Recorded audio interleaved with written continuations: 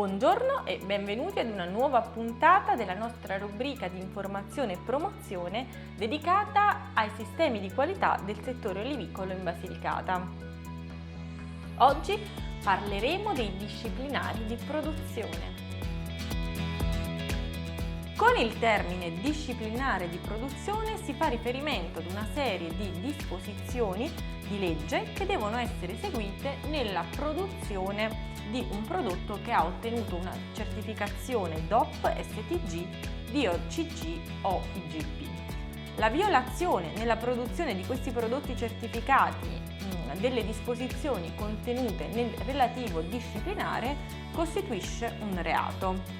In particolare, nei disciplinari di produzione troveremo indicazioni in merito alla denominazione ufficiale, eventuali marchi e sigilli di qualità, alle caratteristiche che il prodotto deve avere al termine del processo di produzione, alle varie fasi produttive, all'origine delle materie prime e a come confezionare il prodotto e metterlo in commercio.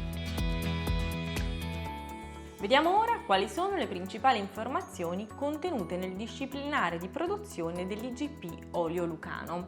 Innanzitutto la denominazione, che è olio lucano. In secondo luogo troveremo delle informazioni relative alle caratteristiche del prodotto, quindi sia le cultivar che possono concorrere alla produzione di quest'olio che altre informazioni più tecniche, come ad esempio l'acidità. Quella massima consentita per l'olio lucano è lo 0,6. Troveremo poi informazioni relative alla zona di produzione, che in questo caso coincide con l'intero territorio della regione Basilicata, e quindi informazioni relative al processo di produzione. Innanzitutto diciamo che la quantità unitaria massima consentita è di 10 tonnellate di olive per ettaro. Le olive devono essere raccolte direttamente dall'albero, è vietato raccogliere olive già cadute per terra, e devono essere lavorate entro le 48 ore dal momento della raccolta.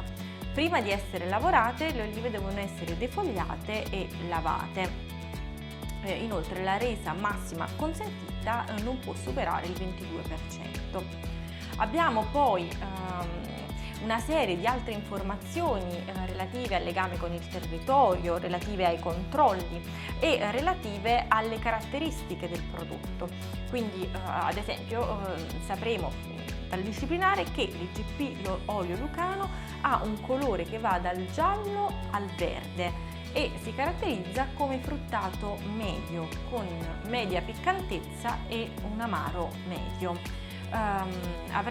Potrà avere delle note erbacee, note di pomodoro, note di carciofo e note di mela.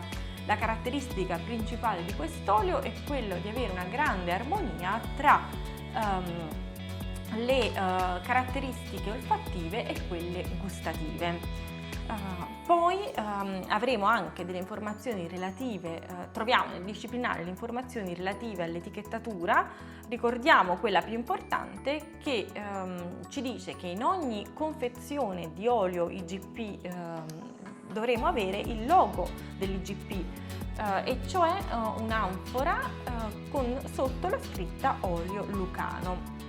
L'anfora rappresenta il contenitore nel quale nell'antichità, l'anfora di terracotta è il contenitore che veniva utilizzato nell'antichità per il trasporto di olio, e quest'anfora è decorata con 4 linee oblique, è percorsa da 4 linee oblique che richiamano un po' il tronco contorto degli olivi secolari. Queste linee sono 4, come 4 sono i principali fiumi che percorrono la Basilicata: il Basento, l'Agri, il Sinna e il Bradano. La stessa categoria di informazioni la troveremo nel disciplinare di produzione dell'olio DOP Vulture, quindi per prima cosa la denominazione, che è denominazione di origine protetta Vulture. Poi avremo informazioni sulle caratteristiche del prodotto, quindi le cultivar che possono concorrere alla realizzazione dell'olio DOP Vulture, che sono tutte quelle autoctone, ed in particolare l'oliarola del Vulture, che è la cultivar più diffusa sul territorio. Quindi avremo le informazioni tecniche, come ad esempio quella relativa all'acidità, che non può superare mai lo 0,38. Poi avremo informazioni relative al territorio di produzione. Il territorio di produzione è quello, l'area del Monte Vulture, che è un grande vulcano a 7 cime situato a nord-est della Basilicata, al confine con la Puglia. Siamo nella provincia di Potenza, nel territorio amministrativo dei comuni di Atella, Barile, Ginestra, Melfi, Maschito, Rionero in Vulture, Rapolla, Ripa Candida e Venosa. Abbiamo quindi le informazioni relative al processo di produzione, quindi come deve essere realizzato quest'olio. In questo caso la produzione unitaria massima consentita è di 8 tonnellate di olive per ettaro, a cui si può aggiungere un 20% nelle annate di carica. Le olive devono essere raccolte direttamente dall'albero ed è vietato raccogliere quelle già cadute per terra, e devono essere portate in frantoio e molite entro le 24 ore. La resa massima consentita è del 20%. Abbiamo poi informazioni relative all'aspetto.